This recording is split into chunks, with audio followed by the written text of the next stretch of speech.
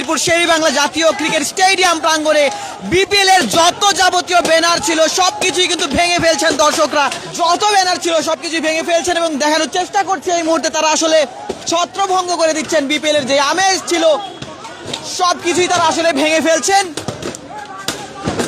কিছুক্ষণ আগে এই স্টেডিয়াম প্রাঙ্গণের রাস্তাটি অবরোধ করেছিলেন দর্শকরা, তবে সেই অবরোধে সেনাবাহিনী আসলে তাদের ছত্রভঙ্গ করে দেয় এবং রাস্তাটি খালি করেছিল।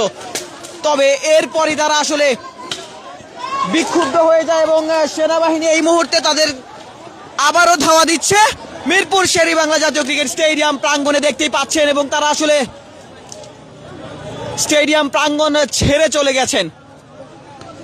বিক্ষুব্ধ জনতা ছিল এই মুহূর্তে, বিক্ষুব্ধ দর্শকরা ছিলেন স্টেডিয়ামের 1 নং গেইটে। তবে সেই গেইট কিন্তু ইতিমধ্যে সেনাবাহিনীর নিয়ন্ত্রণে এবং তারা আসলে ছত্রভঙ্গ করে দিয়েছেন। দর্শকদের যারা আসলে